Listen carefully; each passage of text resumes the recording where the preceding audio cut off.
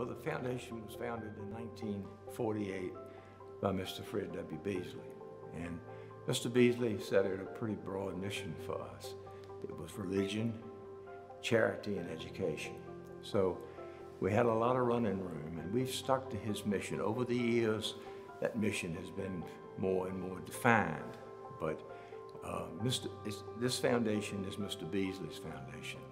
And we have preserved his traditions, his customs, his preferences, and we've learned what those various preferences would be over the years, and that has driven to a large extent the selection of the appropriate beneficiaries by the trustees. The most meaningful area of giving would be in education, and that would include pre-K all the way to graduate school. We've done it all, we do it all. We try to be selective, we try to reward and recognize merit, encourage young people both in the academic track as well as career track. The Confederate soldiers. And my mother wouldn't let me out the front door, and I remember this standing at the storm door, looking and wondering what was happening. And it was later that one day I noticed a man walking around over there, and it was Judge Anderson.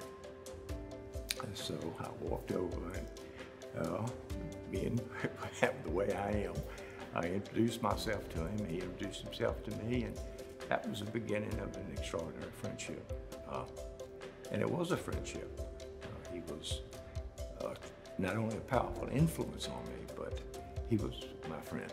And we lived on a little creek there, and we had crab pots, and Judge and I would go fish the crab pots and cook crabs on the weekends. And through my life, it never ended.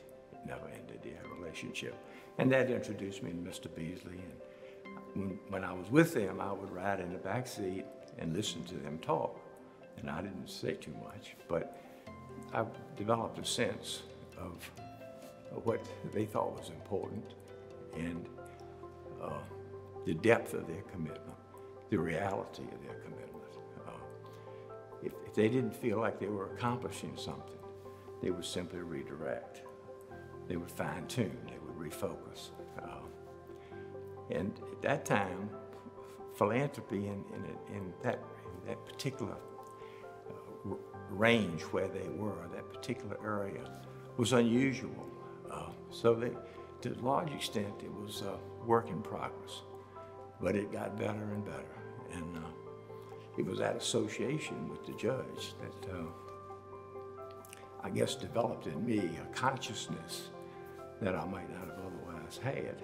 When you go in the store, or when you're at the stoplight, or walking down the street, look around. And that's what happened to me. If you don't see the need, you don't sense the need. If you don't sense a need, then you don't have any interest in addressing it. And so I tell my friends, you don't have to look far to see need. In so many areas and carrying so many faces.